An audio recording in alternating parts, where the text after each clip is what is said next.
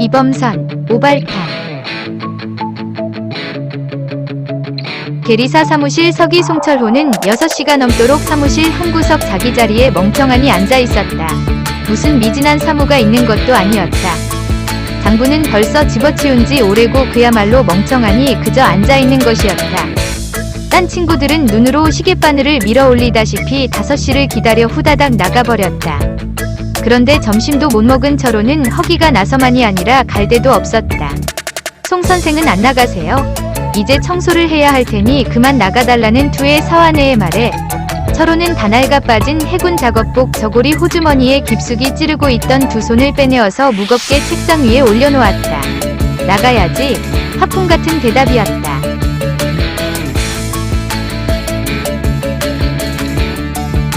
사환에는 저쪽 구석에서부터 비질을 하기 시작하였다. 먼지가 사정없이 철호의 얼굴로 몰려왔다.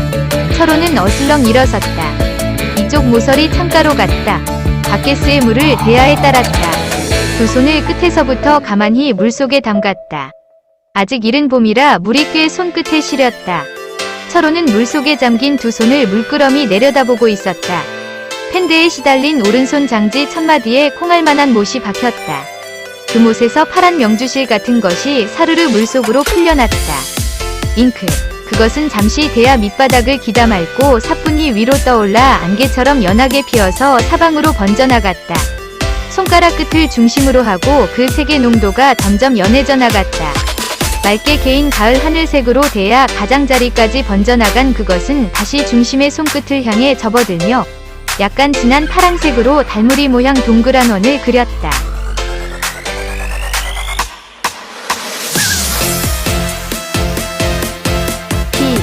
이건 분명히 피다. 철호는 엉뚱한 생각을 하고 있었다. 슬그머니 물속에서 손을 빼내었다. 그러자 이번엔 대야 밑바닥에 한 사나이의 얼굴을 보았다. 철호의 눈을 마주 쳐다보는 그 사나이는 얼굴에 온 근육을 이상스레 힘으림을 움직이며 입을 비죽거려 웃고 있었다. 이마에 길게 스트러진 머리카락, 그 밑에 우묵하니 패인 두 눈, 깎강진 볼, 날카롭게 여인 턱, 송장처럼 꺼멓고 윤기 없는 얼굴, 그것은 까마득한 원시인의 한 사나이였다.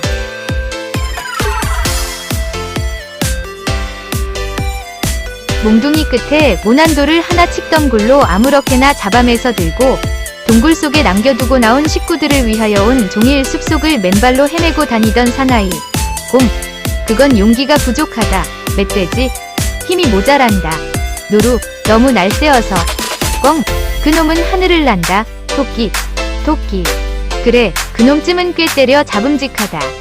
그런데 그것마저 요즘은 몫에 잘 돌아오지 않는다. 사냥꾼이 너무 많다. 토끼보다도 더 많다. 그래도 무엇든 들고 들어가야 하는 것이다.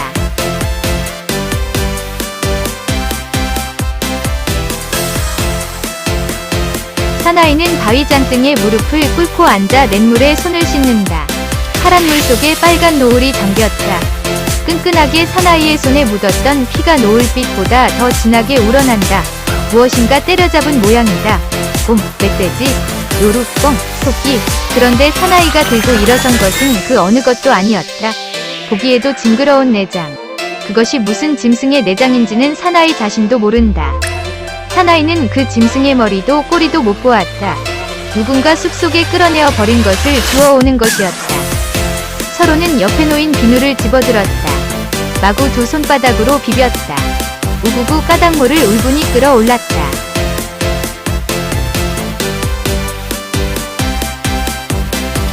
빈 도시락마저 들지 않은 손이 홀가분해 좋긴 하였지만 해방촌 고개를 추어오르기에는 뱃속이 너무 허전했다. 산비탈을 도려내고 무질서하게 주워 붙인 판잣집들이었다. 철호는 골목으로 접어들었다. 레이션 곽을 뜯어 덮은 처마가 어깨를 스칠 많지 비좁은 골목이었다. 부엌에서들 아무데나 마구 버린 뜬물이 미끄러운 길에는 구공탄 재가 군데군데 헌데 더댕이 모양 깔렸다. 저만치 골목 막다른 곳에 누런 시멘트 부대 종이를 흰 실로 얼기설기 문살에 얽어맨 철호네 집 방문이 보였다. 철호는 때에 절어서 마치 가죽끈처럼 된 헝겊이 달린 문걸쇠를 잡아 당겼다. 손가락이라도 드나들만치 엉성한 문이면서 찌걱찌걱 집혀서 잘 열리지 않았다. 아래가 잔뜩 잡힌 채 비틀어진 문틈으로 그의 어머니의 소리가 새어나왔다.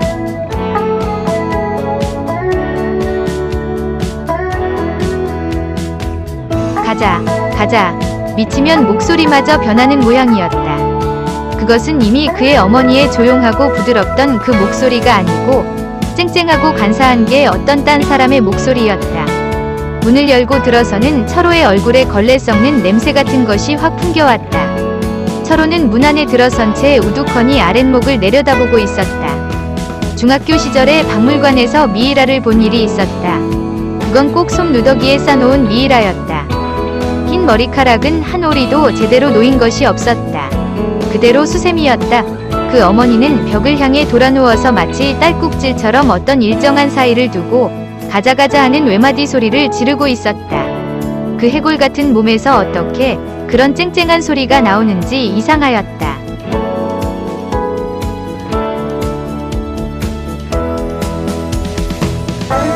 철호는 윗방으로 올라가 털썩 벽에 기대어 앉아버렸다. 가슴에 커다란 납덩어리를 올려놓은 것 같았다. 정말 엉엉 소리를 내어 울고 싶었다. 눈을 꼭 지리감으며 애써 침을 삼켰다. 2달 전까지만 해도 철호는 저녁 때 일터에서 돌아오면 어머니야 알아듣건 말건 그래도 어머니 지금 돌아왔습니다 하고 인사를 하곤 하였었다. 그러나 요즘은 그것마저 안 하게 되었다. 그저 한참 물끄러미 굽어보고 섰다가 그대로 윗방으로 올라와 버리는 것이었다. 컴컴한 구석에 앉아있던 철호의 아내가 슬그머니 일어섰다. 담요바지 무릎을 한쪽은 검엉, 또 한쪽은 회색으로 기웠다. 만삭이 되어서 꼭 바가지를 엎어놓은 것 같은 배를 아는 아내는 목류병자처럼 철호의 앞을 지나나갔다. 부엌으로 나가는 것이었다. 분명 벙어리는 아닌데 아내는 말이 없었다.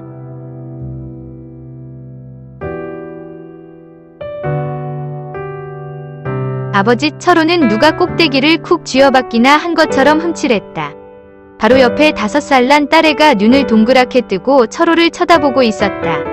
철호는 어린 것에게로 얼굴을 돌렸다. 웃어 보이려는 철호의 얼굴이 도리어 흉하게 이질어졌다.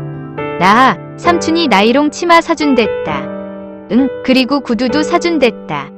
응, 그러면 나 엄마하고 화신 구경 간다. 철호는 그저 어린 것의 노랗게 뜬 얼굴을 바라보고 있을 뿐이었다. 철호의 헌 셔츠 허리통을 잘라서 위에 끈을 꿰어 스커트로 입은 딸에는 짝짝이 양말 목다리에다 어디서 주운 것인지 가는 고무줄을 끼었다.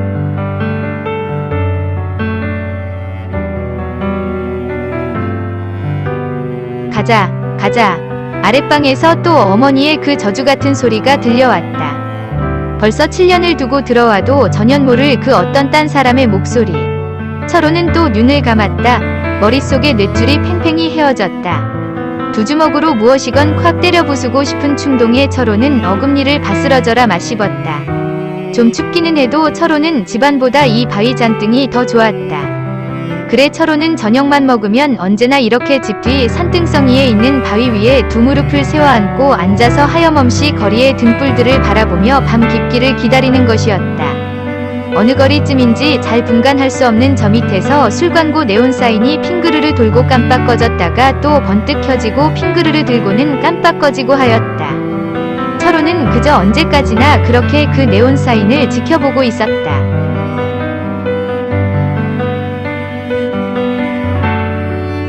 바위 잔등이 차츰차츰 식어왔다. 마침내 다 식고 겨우 철호가 깔고 앉은 그 부분에만 약간 온기가 남았다. 이제 조금만 더 있으면 밑이 시려올 것이다. 그러면 철호는 하는 수 없이 일어서야 하는 것이다. 드디어 철호는 일어섰다. 오래 구부려 붙이고 있던 두 다리가 저렸다. 두 손을 작업복 호주머니에 깊숙이 찔렀다. 철호는 밤 하늘을 한번 쳐다보았다. 지금까지 바라보던 밤거리보다 더 화려하게 별들이 뿌려져 있었다. 철호는 그 많은 별들 가운데서 북두칠성을 찾아보았다. 머리를 뒤로 젖혀 하늘을 쳐다보는 채 빙그르르 그 자리에서 돌았다. 거꾸로 달린 물주걱 같은 북두칠성은 쉽사리 찾아낼 수 있었다. 그 북두칠성 앞에 딴 별들보다 좀 크고 빛나는 별, 그건 북극성이었다. 철호는 지금 자기가 서 있는 지점과 북극성을 연결하는 직선을 밤 하늘에 길게 그어 보았다. 그리고 그 선을 눈이 닿는 데까지 연장시켰다. 철호는 그렇게 정북을 향하여 한참이나 서 있었다. 고향 마을이 눈앞에 떠올랐다. 마을의 좁은 길까지, 아니 그 길에 박혀있던 돌 하나까지도 선히 볼 수 있었다.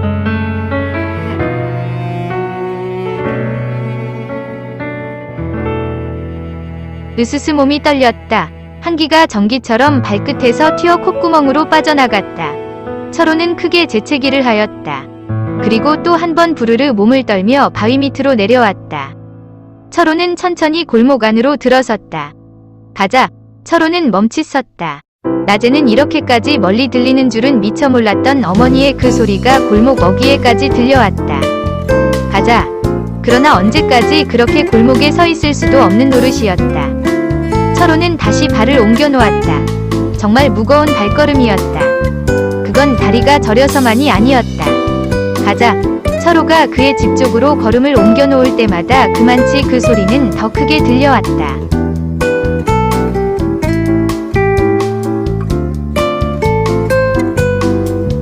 가자는 것이었다.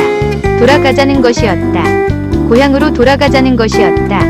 옛날로 되돌아가자는 것이었다. 그것은 이렇게 정신 이상이 생기기 전부터 철호의 어머니가 입버릇처럼 되풀이하던 말이었다. 38선. 그것은 아무리 자세히 설명을 해주어도 철호의 늙은 어머니에게만은 아무 소용없는 일이었다. 난 모르겠다. 안만 해도 난 모르겠다. 38선. 그래 거기에다 하늘에 꾹 닿도록 담을 쌓았단 말이냐 어쨌단 말이냐. 제 고장으로 제가 간다는데 그래 막는 놈이 도대체 누구란 말이야. 죽어도 고향에 돌아가서 죽고 싶다는 철호의 어머니였다. 그리고는 이게 어디 사람 사는 게냐. 하루 이틀도 아니고 하며 한숨과 함께 무릎을 치며 꺼지듯이 풀썩 주저앉곤 하는 것이었다.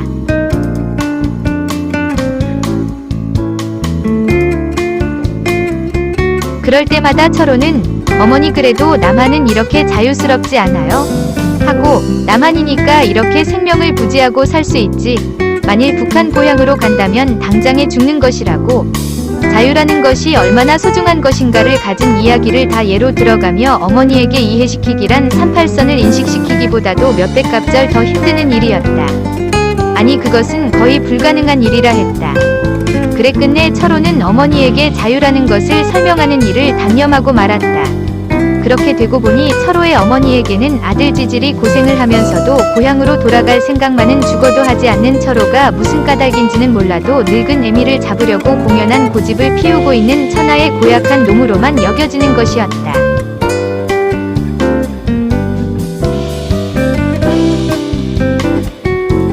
그야 철호에게도 어머니의 심정이 이해되지 않는 것은 아니었다.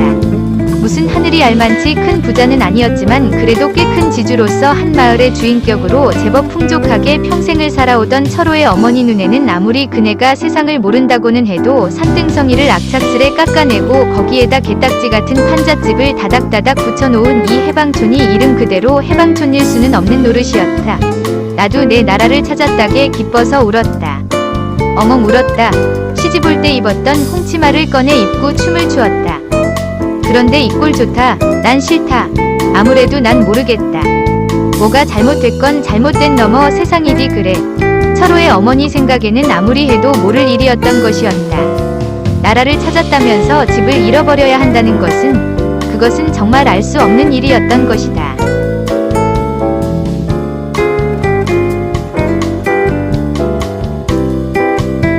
철호의 어머니는 남한으로 넘어온 후로 단 하루도 이 가자는 말을 하지 않은 날이 없었다. 그렇게 지내오던 그날 6.25 사변으로 바로 발밑에 빤히 내려다 보이는 용산 일대가 폭격으로 지옥처럼 무너져 나가던 날 끝내 철호는 어머니를 잃어버리고 말았던 것이었다. 큰애야 이젠 정말 가자. 대것 봐라. 담이 홈싹 무너댔는데 38선의 담이 태렇게 무너댔는데 야. 그때부터 철호의 어머니는 완전히 정신 이상이었다. 지금의 어머니, 그것은 이미 철호의 어머니는 아니었다. 아무리 따져보아도 그것이 철호 자기의 어머니일 수는 없었다. 세상에 아들 딸마저 알아보지 못하는 어머니가 있을 수 있는 것일까? 그날부터 철호의 어머니는 가자, 가자 하고 저렇게 쨍쨍한 목소리로 외마디 소리를 지를 뿐 그 밖의 모든 것을 완전히 잃어버리고 있었다.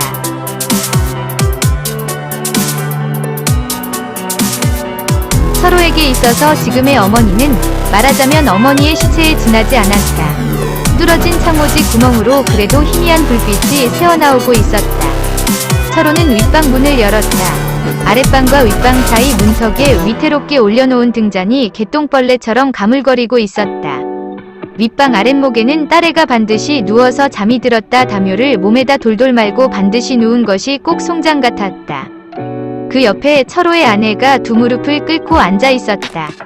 검은 헝겊과 회색 헝겊으로 기운 담요 바지 무릎 위에는 빨강색 유단으로 만든 조그마한 운동화가 한 켤레 놓여 있었다.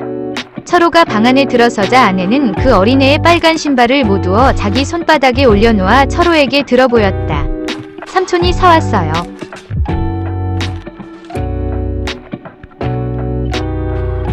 유난히 속눈썹이 낀 아내의 눈이 가늘게 웃었다. 참으로 오래간만에 보는 아내의 웃음이었다. 자기가 미인이었다는 것을 잊어버리고 만지 오랜 아내처럼 또 오래 보지 못하여 거의 잊어버려 가던 아내의 웃는 얼굴이었다. 철호는 등잔이 놓인 문턱 가까이 가서 앉으며 아내의 손에서 빨간 어린애의 신발을 받아 눈앞에서 아래 위를 살펴보았다. 산보가 썼소. 거기 등잔불을 사이에 두고 윗방을 향해 앉은 철호의 동생 영호가 웃으며 철호를 쳐다보았다. 언제 들어왔니? 지금 막 들어와 앉는 길입니다. 그러고 보니 영호는 아직 넥타이도 끄르지 않고 있었다.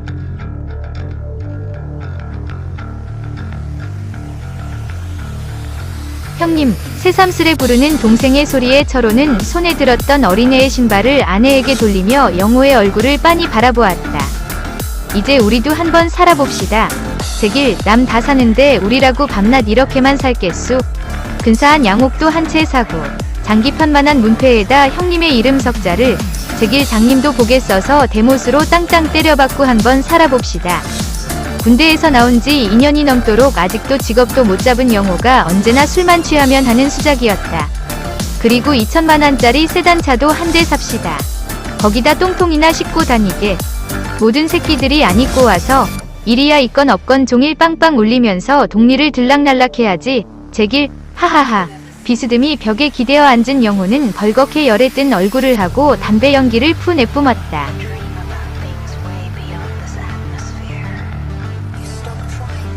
또 술 마셨구나. 고학으로 고생고생 다니던 대학 3학년에서 군대에 들어갔다가 나온 영호로서는 특별한 기술이 없이 직업을 잡지 못하는 것은 별도리도 없는 노릇이라 칠 수도 있었지만 이건 어디서 어떻게 마시는 것인지 거의 저녁마다 이렇게 취해 들어오는 동생 영호가 몹시 못마땅한 철호의 말이었다. 네, 조금 했습니다. 친구들이 그것도 들으나마나 늘 같은 대답이었다. 또 그것이 거짓말이 아니라는 것도 철호는 알고 있었다. 이제 술 좀 그만 마셔라. 친구들과 어울리면 자연히 마시게 되는 거요. 글쎄 그러니까 그 어울리는 걸 좀 삼가란 말이다. 그럴 수도 없고요. 하하, 그렇다고 언제까지 그저 그렇게 어울려서 술이나 마시면 뭐가 되나? 되긴 뭐가 돼요. 그저 답답하니까 만나는 거고 만나면 어찌하다 한 잔씩 하며 이야기나 하는 거죠 뭐.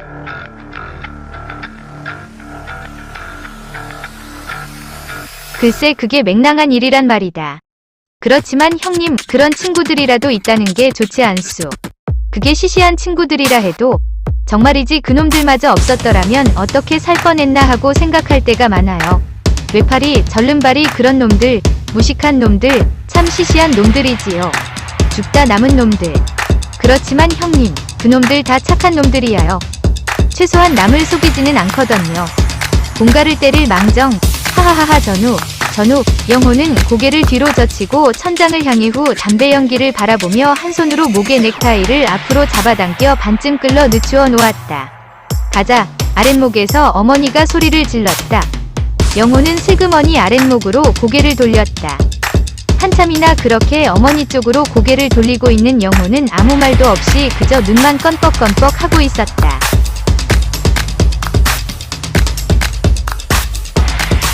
영호는 슬그머니 아랫목으로 고개를 돌렸다.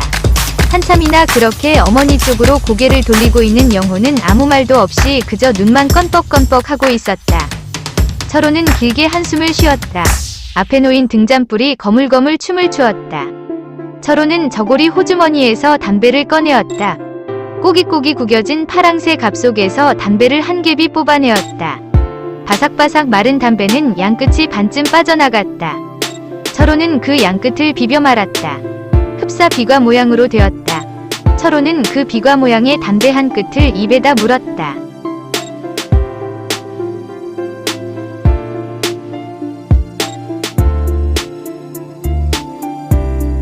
이걸 피슈. 형님, 영호가 자기 앞에 놓였던 담배갑을 집어서 철호의 앞으로 내어 밀었다. 빨간색 양담배 갑이었다. 철호는 그 여느 것보다 좀 긴 양담배 갑을 한 번 힐끔 쳐다보았을 뿐 아무 소리도 없이 등잔불로 입에 문 파랑새 끝을 가져갔다. 영호는 등잔불 위에 구부린 형 철호의 어깨를 넌지시 바라보고 있었다. 지지지 소리가 났다. 앞 이마에 하트러져 내렸던 철호의 머리카락이 등잔불에 닿으며 또르르 말려 올랐다. 철호는 얼굴을 들었다. 한 모금 빨자 벌써 손끝이 따갑게 되어 꽁초가 되어버린 담배를 입에서 떼었다.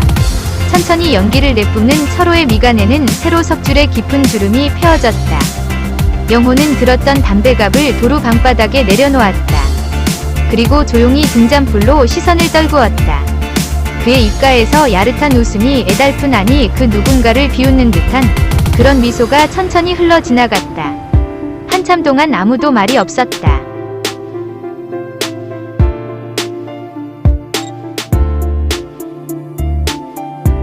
가자. 아랫방 아랫목에서 몸을 뒤채는 어머니가 잠꼬대를 했다.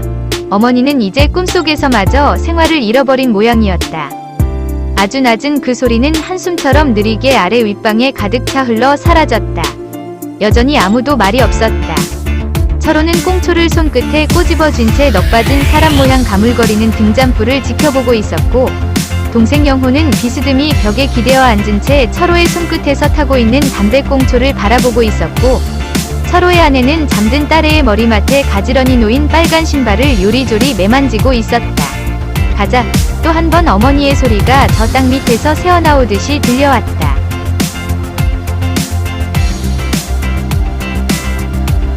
형님은 제가 이렇게 양담배를 피우는 게 못마땅하지요. 영호는 반쯤 탄 담배를 자기의 눈앞에 가져다 그 빨간 불티를 들여다보며 말했다. 분에 맞지 않지. 철호는 여전히 등잔불을 바라보며 대답했다.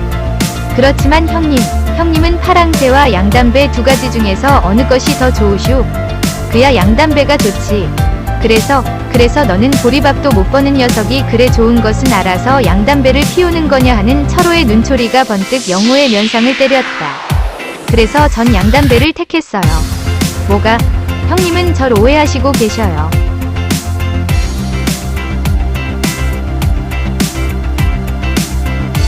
제가 무슨 돈이 있어서 양담배를 사서 피우겠어요. 어쩌다 친구들이 사주는 것이니 피우는 거지요. 형님은 또 제가 거의 저녁마다 술을 마시고 또 제법 합승을 타고 들어오는 것도 못마땅하시죠. 저도 알고 있어요. 형님은 때때로 25한 전차값도 없어서 종로서 근심리를 집에까지 터덜터덜 걸어서 돌아오시는 것을 그렇지만 형님이 걸으신다고 해서 한사코같이 타고 가자는 친구들의 호의. 아니 그건 호의도 채 못되는 싱거운 수작인지도 모르죠. 어쨌든 그것을 굳이 뿌리치고 저마다 걸어야 할 아무 까닭도 없지 않습니까? 이상한 놈들이죠. 술, 담배는 사주고 합승은 태워줘도 돈은 안 주거든요. 영호는 손끝으로 뱅글뱅글 비벼 돌리는 담뱃불을 들여다보며 말했다.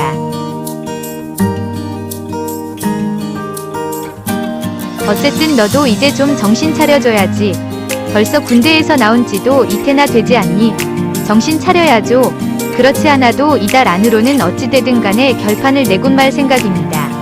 어디 취직을 해야지. 취직이요? 형님처럼요.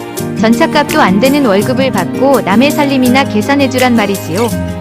그럼 뭐 별 뾰족한 수가 있는 줄 아니? 있지요. 남처럼 용기만 조금 있으면 어처구니 없는 영호의 수작에 철호는 그저 멍청하니 영호의 얼굴을 쳐다보았다. 손끝이 따가웠다. 철호는 비루 깡통으로 만든 재떨이에 담배를 비벼 껐다. 용기? 네, 용기라니?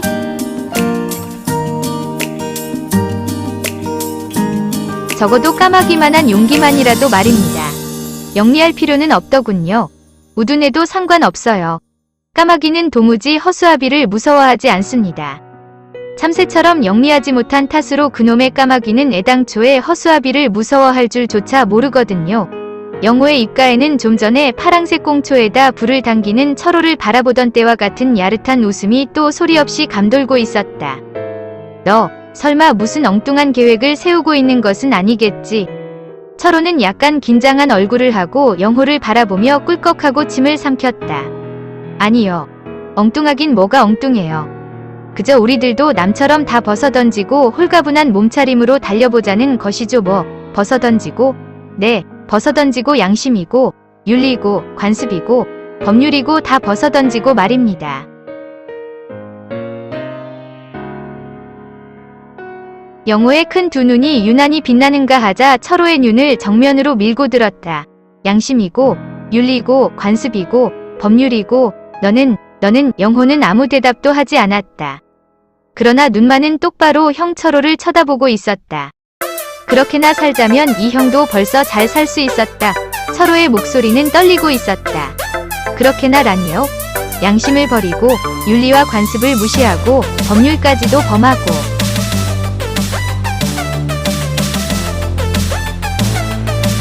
흥분한 철호의 큰 목소리에 영호는 지금까지 철호의 얼굴에 주었던 시선을 앞으로 죽 뻗치고 앉은 자기의 발끝으로 떨구었다. 저도 형님을 존경하고 있어요. 고생하시는 형님을, 용케 이 고생을 참고 견디는 형님을. 그렇지만 형님은 약한 사람이에요. 용기가 없는 거지요. 너무 양심이 강해요. 아니 어쩌면 사람이 약하면 약한 만치. 그 만치 반대로 양심이란 가시는 여물고 굳어지는 것인지도 모르죠. 양심이란 가시?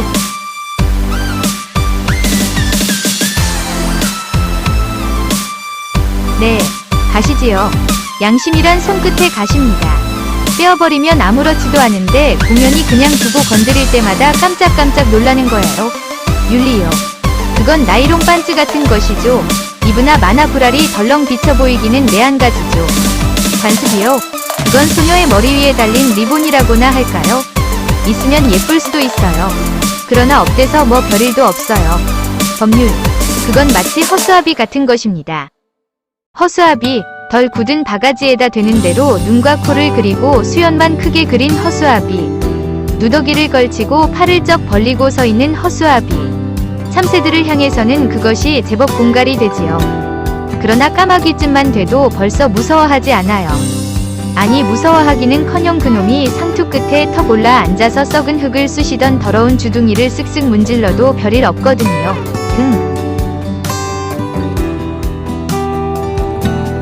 영호는 코웃음을 쳤다. 그리고 거기 문턱 밑에 담배갑에서 새로 담배를 한 개 빼어 물고 지금까지 들고 있던 다 탄 꽁다리에서 불을 옮겨 빨았다. 가자. 어머니의 그 소리가 또 들렸다. 어머니는 분명히 잠이 들어있는 것이었다. 그러면서도 간간히 저렇게 가자 소리를 지르는 것이었다. 그것은 어쩌면 어머니에게는 호흡처럼 생리화해버린 것인지도 몰랐다.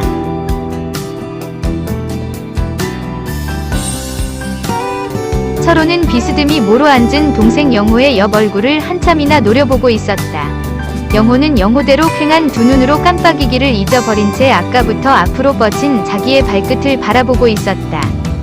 이윽고 철호는 영호에게서 눈을 돌려버렸다. 그리고 아랫방과 윗방 사이 칸막이를 한 널쭉의 등을 기대며 모로 돌아앉았다. 희미한 등잔불빛에 잠든 딸의 조그마한 얼굴이 애처로웠다. 그 어린 것 옆에 앉은 철호의 아내는 왼쪽 무릎을 세우고 그 위에 손을 펴 깔고 턱을 베었다.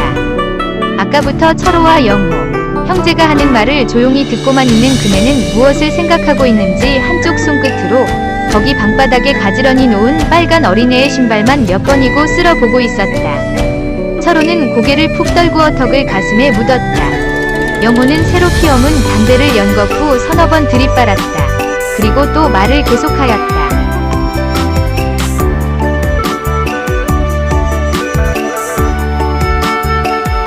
저도 형님의 그 생활 태도를 잘 알아요. 가난하더라도 깨끗이 살자는, 그렇지요. 깨끗이 사는 게 좋지요. 그런데 형님 하나 깨끗하기 위하여 치르는 식구들의 희생이 너무 어처구니 없이 크고 많단 말입니다. 헐벗고 굶주리고, 형님 자신만 해도 그렇죠. 밤낮 쑤시는 충치 하나 처치 못하시고 이가 쑤시면 치과에 가서 치료를 하거나 빼어버리거나 해야 할 거 아니에요? 그런데 형님은 그것을 참고 있어요. 낯을 잔뜩 찌푸리고 참는단 말입니다. 물론 치료비가 없으니까 그러는 수밖에 없겠지요. 그겁니다. 바로 그겁니다. 그 돈을 어떻게든가 구해야죠. 이가 쑤시는데 그럼 어떻게 해요? 그걸 형님처럼 마치 이 쑤시는 것을 참고 견디는 그것이 돈을 치료비를 버는 것이기나 한 것처럼 생각하는 것. 안 쓰는 것을 혹 버는 셈이라고는 할 수도 있을 거예요. 그렇지만 꼭 써야 할 때 못 쓰는 것이 버는 셈이라고는 할 수 없지 않아요.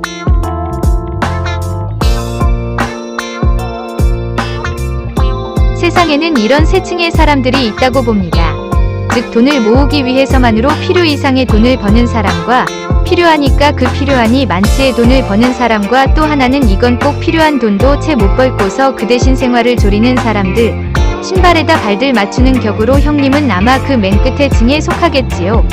필요한 돈도 미처 벌지 못하는 사람, 깨끗이 살자니까 그럴 수밖에 없다고 하시겠지요. 그래요. 그것은 깨끗하기는 할지 모르죠. 그렇지만 그저 그것뿐이지요.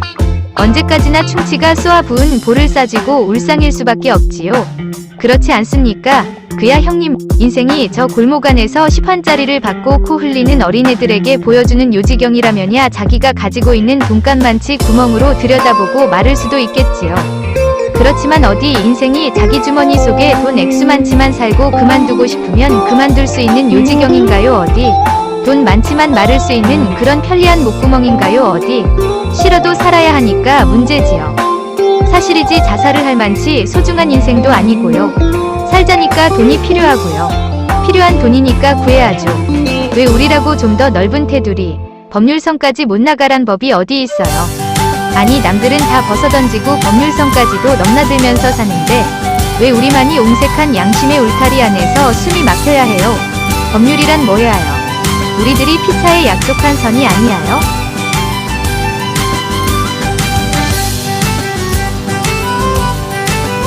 영호는 얼굴을 번쩍 들며 반쯤 끌어놓았던 넥타이를 마저 끌러서 방구석에 픽 던졌다. 철호는 여전히 턱을 가슴에 푹 묻은 채 묵묵히 앉아 두 짝다 엄지발가락이 몽땅 밖으로 나온 부러진 양말을 내려다보고 있었다. 나일론 양말을 한 켤레 사면 반년은 무난히 뚫어지지 않고 견딘다는 말은 들었다. 그러나 뻔히 알면서도 번번이 100환짜리 무명 양말을 사들고 들어오는 철호였다. 700환이란 문을 단번에 잘라낼 여유가 도저히 없는 월급이었던 것이다. 가자. 어머니는 또 몸을 뒤채었다. 그건 억설이야. 철호는 천천히 고개를 들었다. 신문지를 바른 맞은편 벽에 쭈그리고 앉은 아내의 그림자가 커다랗게 비쳐 있었다. 꼽추처럼 꼬부리고 앉은 아내의 그림자는 헝클어진 머리카락이 괴물스러웠다. 철호는 눈을 감았다. 머리마저 등 뒤 칸막이 반자에 기대었다.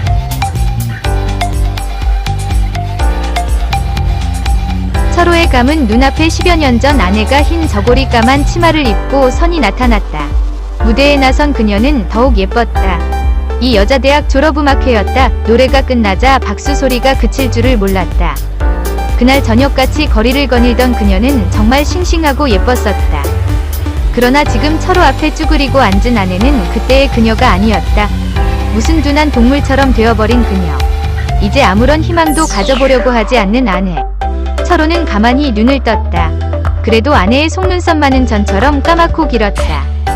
가자. 철호는 흠칠 놀라 환상에서 깨어났다. 억설이요? 그런지도 모르죠. 한참이나 잠잠하니 앉아 까물거리는 등잔불을 바라보던 영호의 맥빠진 대답이었다.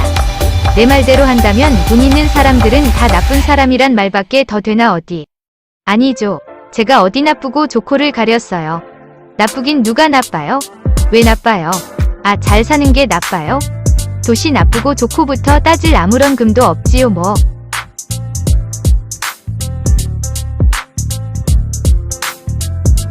그렇지만 지금 내 말로는 잘 살자면 꼭 양심이고 윤리고 뭐고 다 버려야 한다는 것이 아니고 뭐야. 천만에요.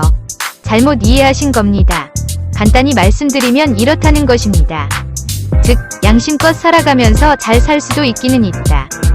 그러나 그것은 극히 적다. 거기에 비겨서 그 시시한 것들을 벗어던지기만 하면 누구나 틀림없이 잘 살 수 있다. 그것이 바로 억설이란 말이다. 마음 한구석이 어딘가 비틀려서 하는 억지란 말이다.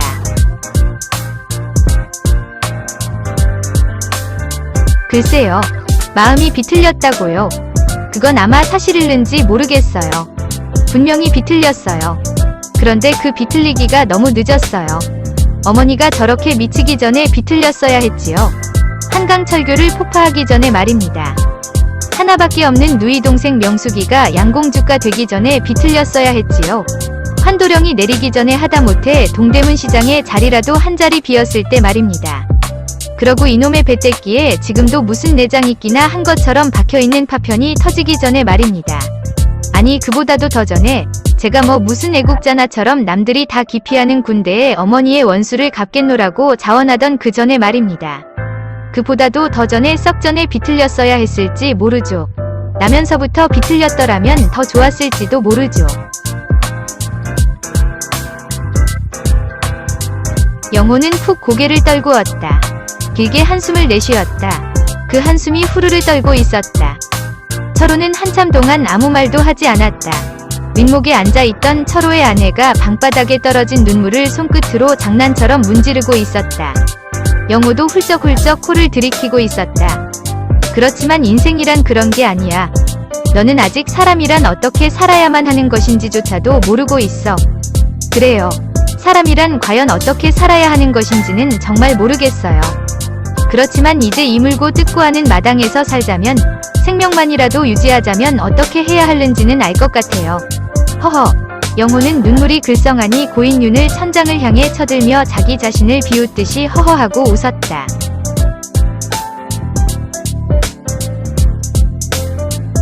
가자. 또 어머니는 가자고 했다. 영호는 아랫목으로 눈을 돌렸다. 철호는 길게 한숨을 쉬었다. 등잔불이 크게 흔들거렸다. 방 안의 모든 그림자들이 움직였다. 집 전체가 그대로 기울거리는 것 같았다. 그것뿐 조용했다. 밤이 꽤 깊은 모양이었다. 세상이 온통 잠들고 있었다. 저만치 골목 밖에서부터 딱딱딱딱 구둣발 소리가 뾰족하게 들려왔다. 점점 가까워왔다.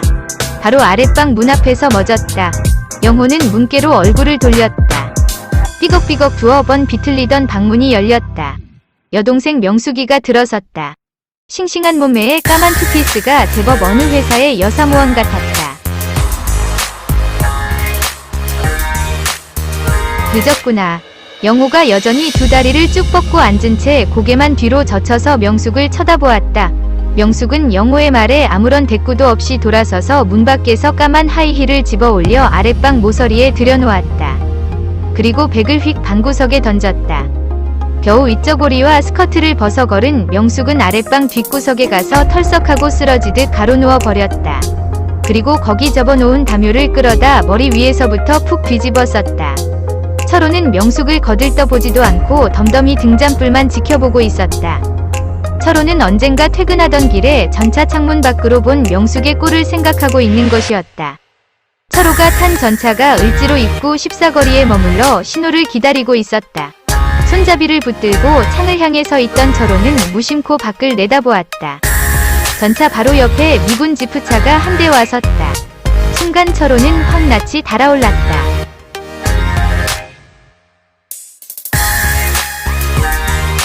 핸들을 쥔 미군 바로 옆자리에 색안경을 쓴 한국 여자가 앉아 있었다.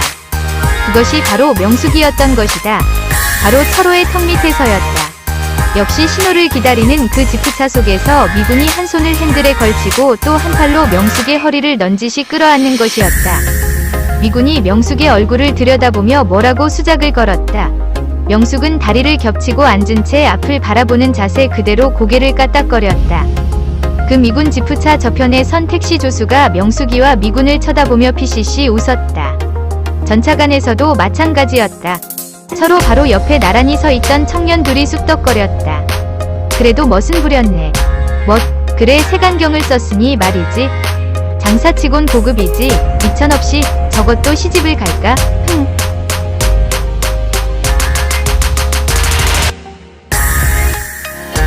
철호는 손잡이를 놓았다. 그리고 반대편 가운데 문께로 가서 돌아서고 말았다. 그것은 분명히 슬픈 감정만은 아니었다. 뭐라고 말할 수조차 없는 숫덩어리 같은 것이 꽉 목구멍을 치밀었다. 정신이 아뜩해지는 것 같았다. 하품을 하고 난 뒤처럼 콧속이 싸하니 쓰리면서 눈물이 징 솟아올랐다. 철호는 앞에 있는 커다란 유리를 콱 머리로 받아 부수고 싶은 충동을 느끼며 어금니를 꽉 마씹었다. 찌르르 벨이 울렸다. 벙커덩 전차가 움직였다. 철호는 문짝에 어깨를 가져다 기대고 눈을 감아버렸다. 그날부터 철호는 정말 한마디도 누이 동생 명숙이와 말을 하지 않았다. 또 명숙이도 철호를 본체만 채했다.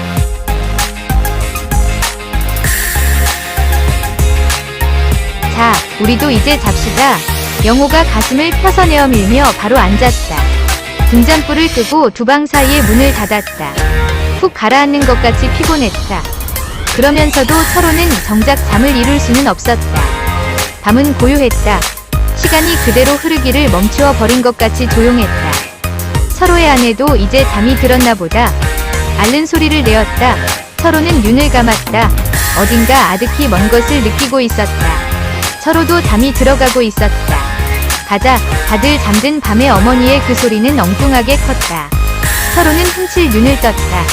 차츰 눈이 어둠에 익어갔다. 며칠인가 문틈으로 새어들은 달빛이 철호의 옆에서 잠든 딸애의 머리에서부터 발끝까지 쭉 파란 줄을 그었다. 철호는 다시 눈을 감았다. 길게 한숨을 쉬며 벽을 향해 돌아 누웠다. 가자. 또 어머니가 소리를 질렀다. 그러나 철호는 눈을 뜨지 않았다. 그도 마저 잠이 들어버린 것이었다. 그런데 이번에는 아랫방에서 명숙이가 눈을 떴다. 아랫목에 어머니와 윗목에 오빠 영호 사이에 누운 명숙은 어둠 속에 가만히 손을 내어 밀었다. 어머니의 손을 더듬어 잡았다. 뼈 위에 겨우 가죽만이 씌어진 손이었다. 그 어머니의 손에서는 체온이 느껴지는 것이 아니라 축축히 습기가 미끈거렸다. 명숙은 어머니 쪽을 향하여 돌아 누웠다. 한쪽 손을 마저 내밀어서 두 손으로 어머니의 송장 같은 손을 감싸 쥐었다.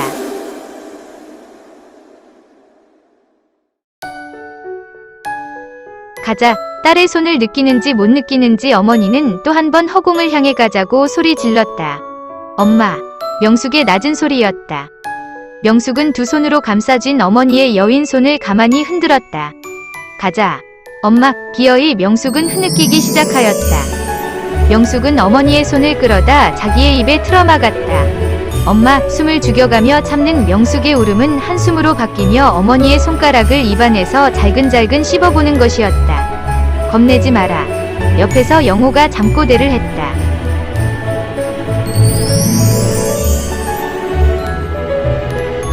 가자. 어머니는 명숙의 손에서 자기의 손을 빼어가지고 저쪽으로 돌아 누워버렸다. 명숙은 다시 담요를 끌어다 머리 위까지 푹 썼다. 그리고 담요 속에서 흐득흐득 울고 있었다. 엄마. 이번엔 윗방에서 어린 것이 엄마를 불렀다. 철호는 잠속에서 멀리 그 소리를 들었다. 그러면서도 채 잠이 깨어지지는 않았다. 엄마. 어린 것은 또 한 번 엄마를 불렀다. 오, 왜 엄마 여기 있어? 아내의 반쯤 깬 소리였다. 어린 것을 끌어다 앉는 모양이었다. 철호는 그 소리를 멀리 들으며 다시 곤히 잠들어 버렸다.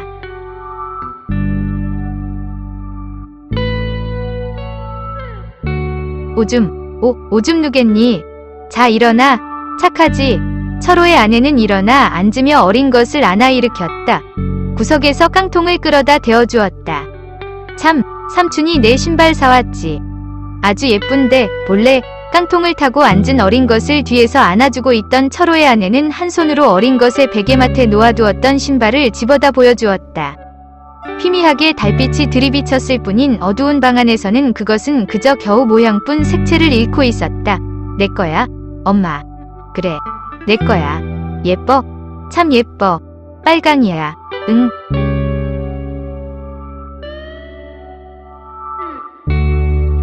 어린 것은 잠에 취한 소리로 물으며 신발을 두 손에 받아 가슴에 안았다.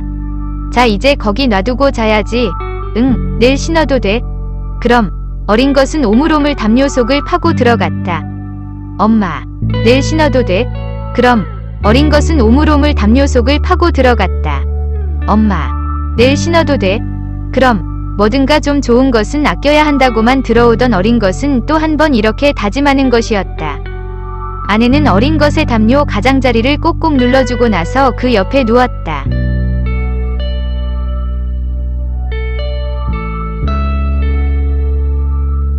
다들 다시 잠이 들었다. 어느 사이에 달빛이 비껴서 칼날 같은 빛을 철호의 가슴으로 옮겼다. 어린 것이 부시시 머리를 들었다.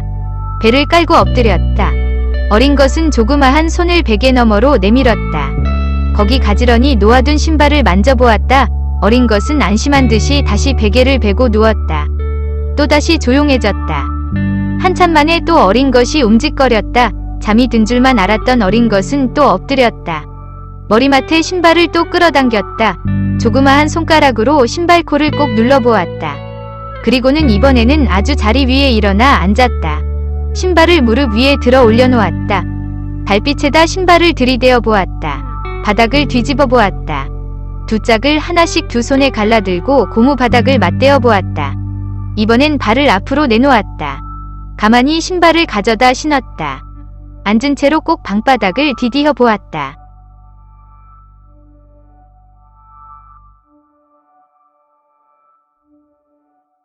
가자. 어린 것은 깜짝 놀랐다.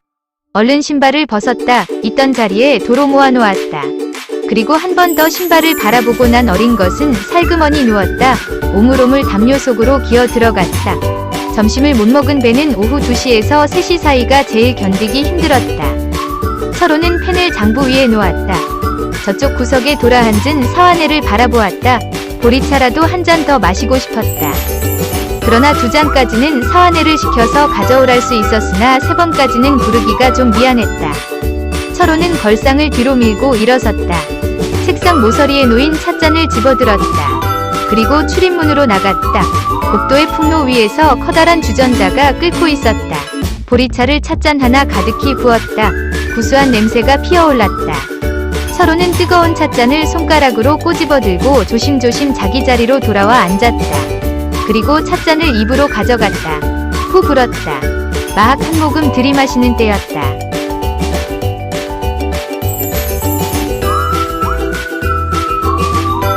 송 선생님, 전화입니다. 사환애가 책상 앞에 와 알렸다. 철호는 얼른 찻잔을 책상 위에 내려놓았다. 그리고 과장 책상 앞으로 갔다. 수화기를 들었다. 네, 송철호 올시다. 네, 경찰서요? 전 송철호라는 사람인데요. 네, 송영호요. 네, 바로 제 동생입니다.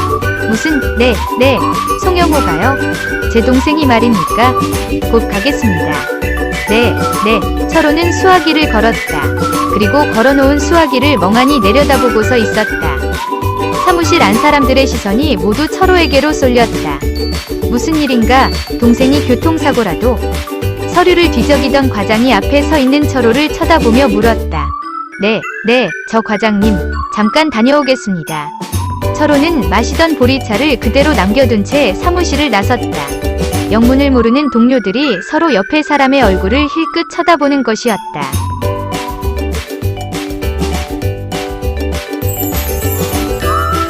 철호는 전에도 몇 번 경찰서에 호출을 받은 일이 있었다. 양공주 노릇을 하는 누이 동생 명숙이가 걸려들면 그 신원보증을 해야 하는 철호였다.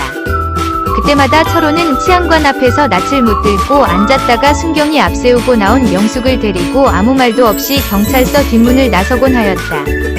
그럴 때면 철호는 울었다. 하나밖에 없는 누이 동생이 정말 밉고 원망스러웠다. 철호는 명숙을 한 번 돌아다보는 일도 없이 전차 길을 따라 사무실로 걸었고, 또 명숙은 명숙이대로 적당한 곳에서 마치 낯도 모르는 사람처럼 딴 길로 떨어져 가버리곤 하는 것이었다. 그런데 이번에는 누이 동생이 아니라 남동생 영호의 건이라고 했다. 며칠 전 밤에 취해서 짓거리던 영호의 말들이 머리를 스치고 지나갔다. 불안했다. 그런들 설마 하고 마음을 다시 먹으며 철호는 경찰서 문을 들어섰다.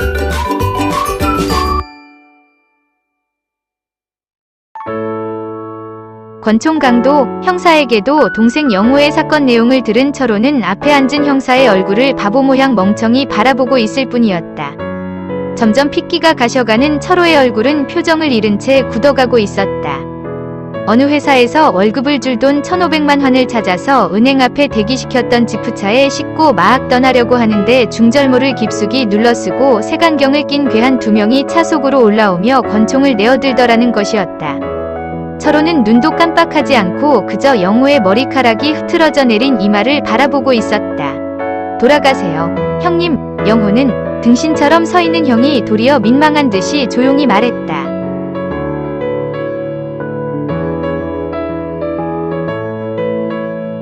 수감해 형사가 문간에 지키고 서 있는 순경을 돌아보았다. 영호는 그에게로 오는 순경을 향해 마주 걸어갔다. 영호는 뒷문으로 끌려나가다 말고 멈춰섰다. 그리고 뒤를 돌아보았다.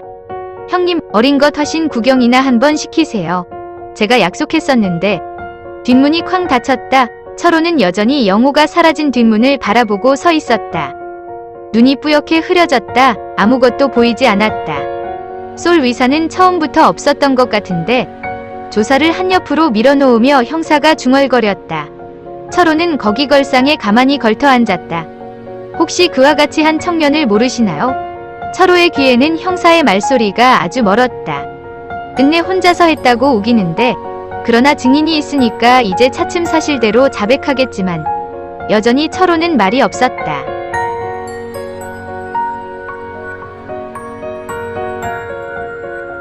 경찰서를 나온 철호는 어디를 어떻게 걸었는지 알 수 없었다. 철호는 술 취한 사람 모양 허청거리는 다리로 자기 집이 있는 언덕길을 올라가고 있었다. 철호는 골목길 어귀에 들어섰다. 가자. 철호는 거기 멈춰 섰다. 고개를 뒤로 젖혔다. 그러나 그는 하늘을 쳐다보는 것이 아니었다. 하고 숨을 크게 내쉬는 철호는 울고 있었다. 눈물이 코 속으로 흘러서 찜찜하니 목구멍을 넘어갔다. 가자. 어딜 가잔 거야? 도대체 어딜 가잔 거야? 철호는 꽥 소리를 지르고 있었다. 거기 처마 밑에 모여 앉아서 소꿉질을 하던 어린애들이 부시시 일어서며 그를 쳐다보았다. 철호는 그 앞을 모른 채 지나쳐버렸다.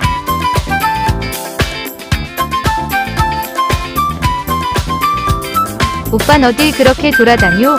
철호가 아랫방에 들어서자 윗방 구석에서 고리짝을 열어놓고 뒤지고 있던 명숙이가 역한 소리를 했다.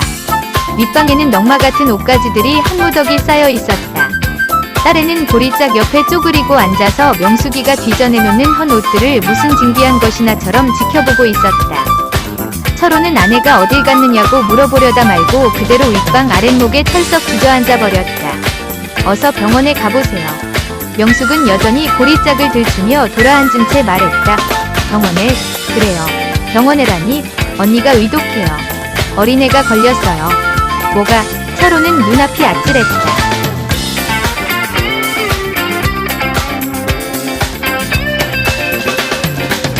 점심때부터 진통이 시작되었는데 영 해산을 못하고 애를 썼단다. 그런데 죽을 악을 쓰다 보니까 어린애의 머리가 아니라 팔부터 나왔다고 한다. 그래 병원으로 실어갔는데 철호네 회사에 전화를 걸었더니 나가고 없더라는 것이었다. 지금쯤은 아마 아기를 낳았거나 그렇지 않으면 명숙은 흰 헝겊들을 골라 개켜서 한옆으로 젖혀놓으며 말했다. 아마 어린애의 기저귀를 고르고 있는 모양이었다. 그런데 이상했다. 좀 전에 아찔했던 정신이 사르르 풀리며 온몸의 맥이 쏙 빠져나갔다. 철호는 오래간만에 머릿속이 깨끗이 개이는 것을 느꼈다.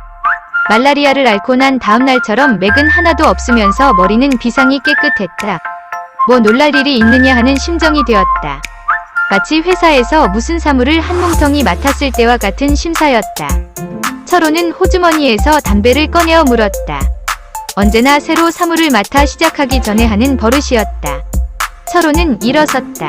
그리고 문을 열었다.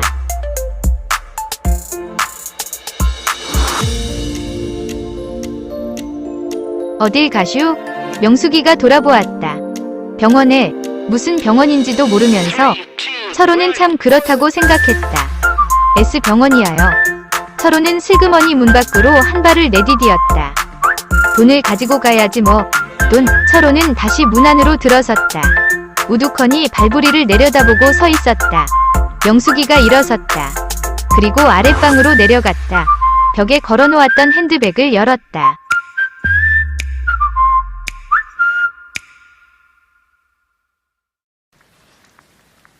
예수.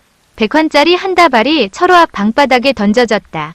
명숙은 다시 돌아서서 백을 챙기고 있었다. 철호는 명숙의 뒷모습을 물끄러미 바라보고 있었다. 철호의 눈이 명숙의 발 뒤축에 머물렀다. 나일론 양말이 계란만치 구멍이 뚫렸다. 철호는 명숙의 그 구멍 뚫린 양말 뒤축에서 어떤 깨끗함을 느끼고 있었다. 오래간만에, 참으로 오래간만에 철호는 명숙에 대한 오빠로서의 애정을 느꼈다. 가자. 어머니가 또 외마디 소리를 질렀다. 철호는 윤을 발밑에 돈다발로 떨구었다. 허리를 구부렸다. 연기가 든 때처럼 두 눈이 싸하니 쓰렸다. 아버지 병원에 가. 엄마 애기 낳았어. 그래. 철호는 돈을 저고리 호주머니에 구겨 넣으며 문을 나섰다.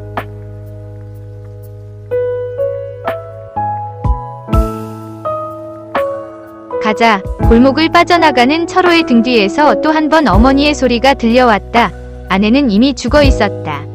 네, 그래요. 철호는 간호원보다도 더 심상한 표정이었다. 병원의 긴 복도를 휘청휘청 걸어서 널따란 현관으로 나왔다. 시체가 어디 있느냐고 묻지도 않았다. 무엇인가 큰일이 한 가지 끝났다는 그런 기분이었다. 아니, 또 어찌 생각하면 무언가 해야 할 일이 많이 생긴 것 같은 무거운 기분이기도 했다. 그러면서도 그 해야 할 일이 무엇인지는 좀처럼 생각이 나질 않았다. 그저 이제는 그리 서두를 필요도 없어졌다는 생각만으로 철호는 거기 병원 현관에 한참이나 우두커니 서 있었다.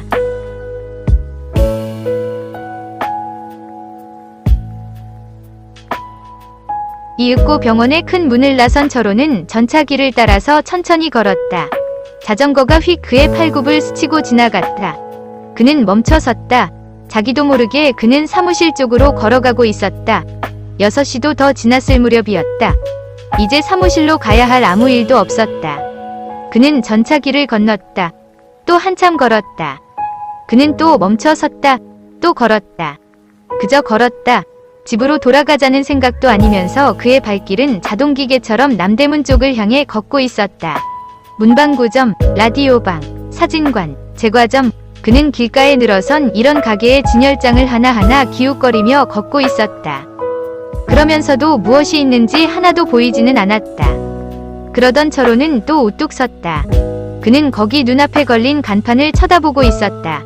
장기판만한 판에 빨간 페인트로 치과라고 써 있었다. 철호는 갑자기 자기 이가 쑤시는 것을 느꼈다. 아침부터 아니 벌써 전부터 훌떡훌떡 쑤시는 충치가 갑자기 아파왔다. 양쪽 어금니가 아래 위 다 쑤셨다. 사실은 어느 것이 정말 쑤시는 것인지조차도 분간할 수가 없었다. 철호는 호주머니에 손을 넣어 보았다. 만환다발이 만져졌다.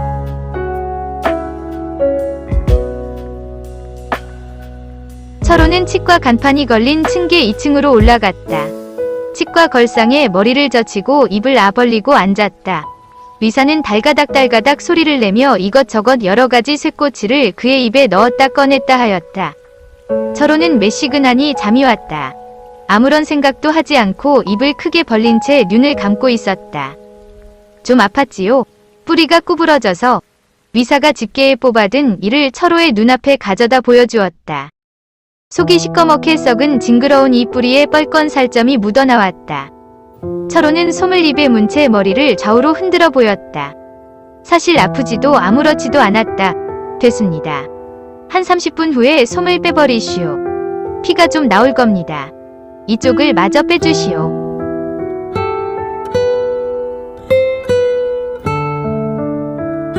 철호는 옆에 타구에 침을 뱉고 나서 또 한쪽 볼을 눌러 보였다. 어금니를 한 번에 2개씩 빼면 출혈이 심해서 안 됩니다.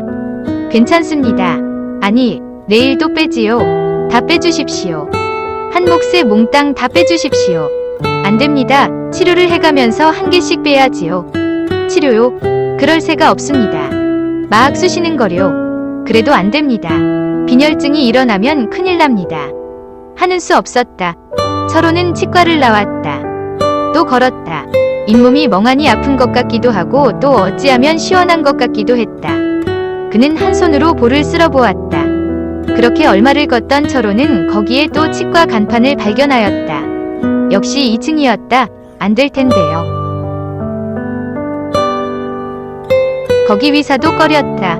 철호는 괜찮다고 우겼다. 한쪽 어금니를 마저 빼었다. 이번에는 두 볼에다 다 밤할 만큼씩 한 솜덩어리를 물고 나왔다. 입안이 찝찝했다. 간간히 길가에 나서서 피를 뱉었다. 그때마다 시뻘건 선지피가 간 덩어리처럼 엉겨서 나왔다. 남대문을 오른쪽에 끼고 돌아서 서울역이 보이는 데까지 왔을 때 으스스 몸이 한 번 떨렸다. 머리가 휑하니 비어버린 것 같다고 생각했다. 바로 그때에 번쩍하고 거리에 전등이 들어왔다. 눈앞이 한 번 환해졌다. 다음 순간에는 어찌된 셈인지 좀 전에 전등이 켜지기 전보다 더 거리가 어두워졌다. 철호는 눈을 한 번 꾹 감았다. 다시 떴다. 그래도 매한가지였다. 이건 뱃속이 비어서 그렇다고 철호는 생각했다.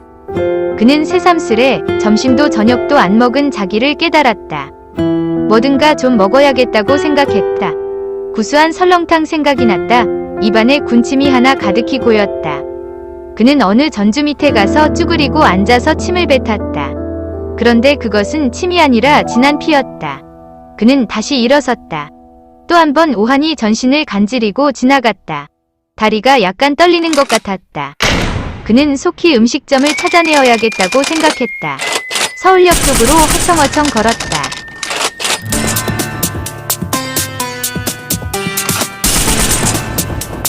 설렁탕, 무슨 약 이름이기나 한 것처럼 한마디 일러놓고는 그는 식탁 위에 엎드려 버렸다. 또 입안으로 하나 찝찝한 물이 고였다. 철호는 머리를 들었다. 음식점 안을 한 바퀴 휘 둘러보았다. 머리가 아찔했다. 그는 일어섰다. 그리고 문 밖으로 급히 걸어나갔다. 음식점 옆 골목에 있는 시궁창에 가서 쭈그리고 앉았다. 울컥하고 입안의 것을 뱉었다. 그러나 이번에는 주위가 어두워서 그것이 핀지 또는 침인지 알 수 없었다. 철호는 저고리 소매로 입술을 닦으며 일어섰다. 이를 뺀 다리가 쿡 한 전 쑤셨다. 그러자 뒤이어 거기서 호응이나 하듯이 관자놀이가 또 쑤셨다. 철호는 아무래도 좀 이상하다고 생각하였다. 이제 빨리 집으로 돌아가 누워야겠다고 생각했다. 그는 다시 큰 길로 나왔다. 마침 택시가 한 대 왔다. 그는 손을 한 번 흔들었다. 철호는 던져주듯이 털썩 택시 안에 쓰러졌다.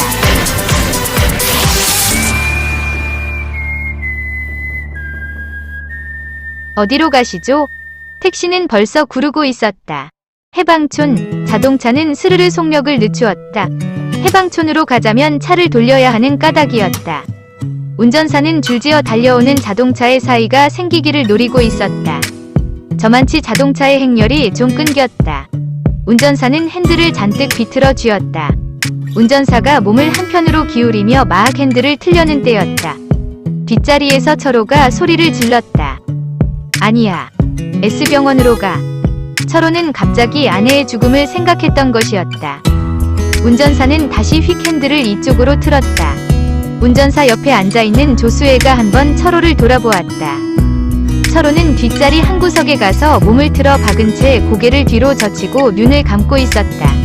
차는 한국은행 앞 로터리를 돌고 있었다. 그때에 또 뒤에서 철호가 소리를 질렀다.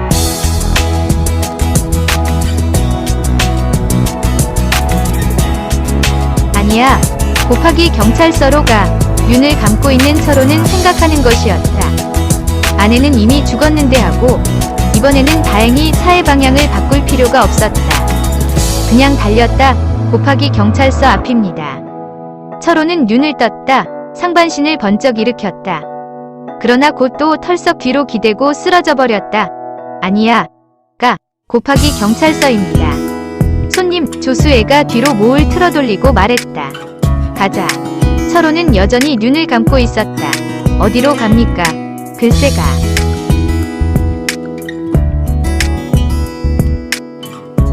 허참 딱한 아저씨네. 취했나? 운전사가 힐끔 조수애를 쳐다보았다. 그런가 봐요. 어쩌다 오발탄 같은 소년이 걸렸어. 자기 갈 곳도 모르게.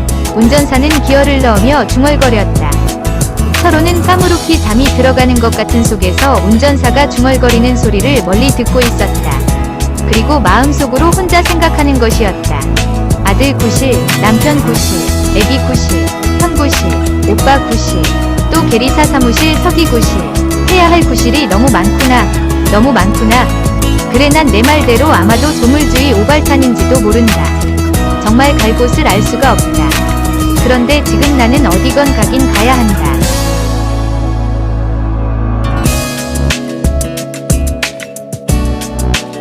철호는 점점 더 졸려왔다. 저런 것처럼 머리의 감각이 차츰 없어져 갔다. 가자. 철호는 또 한 번 귓가에 어머니의 소리를 들었다고 생각하며 푹 모로 쓰러지고 말았다. 차가 내거리에 다다랐다. 앞에 교통신호대에 빨간 불이 켜졌다. 차가 섰다. 또 한 번 조수애가 뒤를 돌아보며 물었다. 어디로 가시죠? 그러나 머리를 푹 앞으로 수그린 철호는 아무 대답도 없었다. 따르릉 벨이 울렸다. 긴 자동차의 행렬이 움직이기 시작했다. 철호가 탄 차도 목적지를 모르는 대로 행렬에 끼어서 움직이는 수밖에 없었다.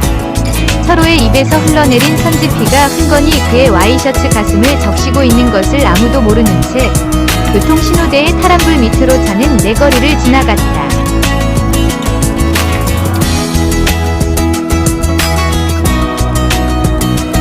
오발탄은 1959년 10월 현대문학 58호에 발표한 단편소설로 6.25 직후의 암담한 현실을 사실적으로 부각시키고 있는 전지적 작가 시점의 소설이다. 이 작품의 제목은 주인공의 조물주의 오발탄이라는 독백에서 비롯한 것이다. 해방촌의 빈민굴에서 고향을 그리다가 미쳐버린 어머니, 생활고에 시달리다가 가족들을 위해 양공주가 되어버린 누이, 학업을 중단하고 입대했다가 상위 군인이 되어 돌아온 동생, 영양실조로 누렇게 뜬 딸과 만사간에 이러한 가족 상황에서 동생은 강도죄로 경찰에 잡혀가고 아내는 병원에서 죽게 된다. 병원으로 달려갔던 주인공은 허탈증에 걸려 사람이 세상에 태어난 것은 조물주 오발탄이라고 절규하는 것이다. 이범선은 대체로 일상적 이야기를 소재로 하여 간결하고 청아한 시적 분위기를 조성하려고 애쓴다. 그의 작품에 나타난 이러한 서정성은 작품을 보편적인 생활 영역에 보다 밀착시키며 종교의 문제를 인간 내면의 문제로 변화시킨다. 이 작품에서도 전후의 피폐한 사회상과 분단의 고통을 형상화하고 있으나 등장인물들의 부정적인 모습을 통하여 시대와 상황이 빚어낸 구조적 모순의 피해자가 바로 그들임을 정직하게 반영함으로써 주인공의 심리적 변화를 드러내려고 하였다. 그러나 이 작품의 참뜻은 전후의 비참하고 불행한 면을 제시했다는 점보다는 그처럼 비참하고 불행한 상황 속에서 인간의 양심은 어떻게 지켜질 수 있는가를 모색했다는 점에서 발견되어야 한다.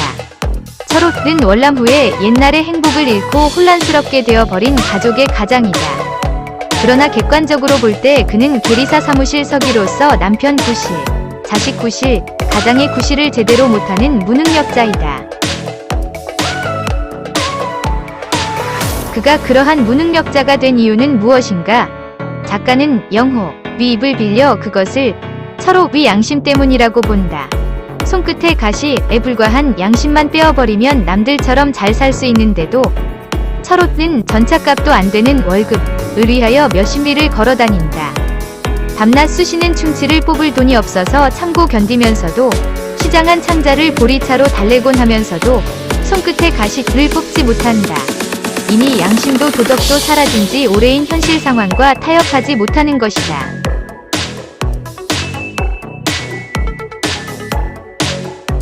작가는 현실과 화해하지 못하고 양심이라는 가시를 빼어버리지 못한 채 가족들의 비극적인 삶을 바라보게 되는 송철호를 통해서 전후 현실에서 양심을 가진 인간의 나아갈 발을 묻고 있다. 그러나 안타깝게도 이 소설 속에 그 해답은 나타나지 않고 있다. 다만 방향 감각을 잃어버린 송철호의 모습이 결말에 자리 잡고 있을 뿐이다.